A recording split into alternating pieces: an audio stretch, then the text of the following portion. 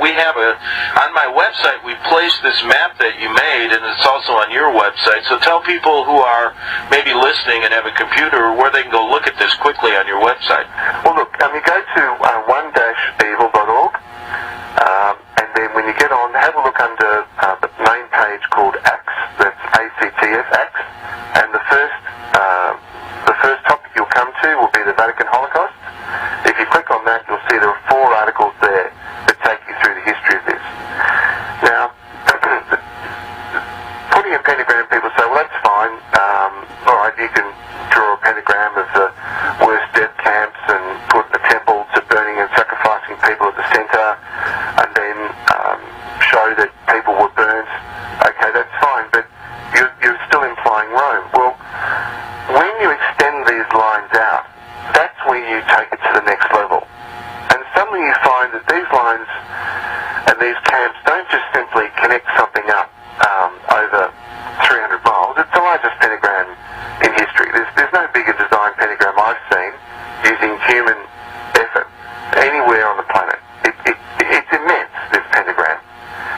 But when you look at these lines and extend them out to what I'm calling ley lines of evil, you discover that the single most important ley line of this pentagram takes you from Treblinka, Auschwitz, and continue that down right through to the heart of Rome. And more importantly... So that direct line goes right through Rome, correct? Right through Rome. The heart of Rome is connected to the very, very worst death camps of World War II and the worst of the worst, Auschwitz.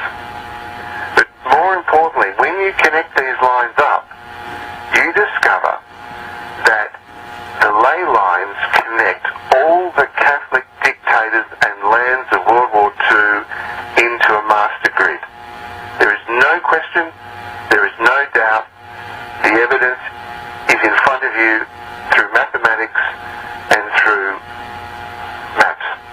Now the question I have, why the motive, okay, we're looking at a Luciferian satanic motive, but why would they go through this? Is there something that they want to leave for history? Is there a reason for this? Is it just basically showing off? I mean, is it just laughing at us? What is the real... I mean, you've studied this. Why would they go through this? Why not just build camps in any kind of place that suits their purpose and kill people? What is the meaning behind this? Is it? That's an interesting thing I'd like you to explain. People read the Bible, and they periodically hear, as Pope Benedict did last year, where he said, no, hell is a real place. It's a place of fire, damnation, and pain.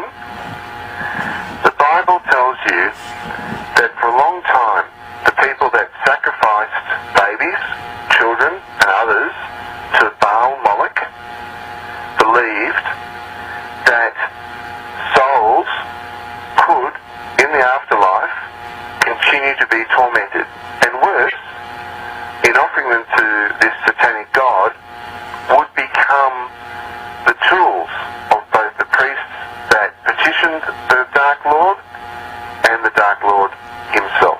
In other words, this is none other than a machine, a massive machine, to enslave more than 18 million souls sacrificed to Moloch, the gods of the Vatican and the Jesuits in World War II. This is the single reason for it, because that spiritual energy, through history, they believed, not I, but it's their belief system, they believed would help keep them in power. And given that World War II, without question, was activated by Catholic dictators, and without question had the mark of the Jesuits and the Catholic Church, and yet through all of that evidence, we come today, over 60 years later, and find that not one mainstream person in media talks about the Vatican, the evil of the Vatican, or even the complicity of the Vatican in World War II. You have to say that this machine has been a resounding success. And so we see this hidden satanic satanic motive that this pentagram shows, and it's just amazing. Though when I looked at this and started, I think it's an incredible research piece of work, because it begins to see that they're laying their trap, so to speak, their satanic trap for all the world, in a sense. Correct? Well, think about this. As awful as what happened to these people by being burnt alive, and I think one of the greatest both absurdities and greatest insults that is still perpetuated on these people is the ridiculous claim that the Nazis firstly gassed people rather than burnt them alive, and secondly did it because somehow they were trying to save money. But the fact is that this machine, the largest pentagram ever created in the history of the world, this machine is for nothing other than the enslavement of people in the afterlife. And if that is true, and I believe it is, then we're still dealing with some 18 million souls today that still haven't found peace after everything that happened to them over 60 years ago. And I think that is as much a crime as the denial of the Catholic Church and the Vatican and World War II.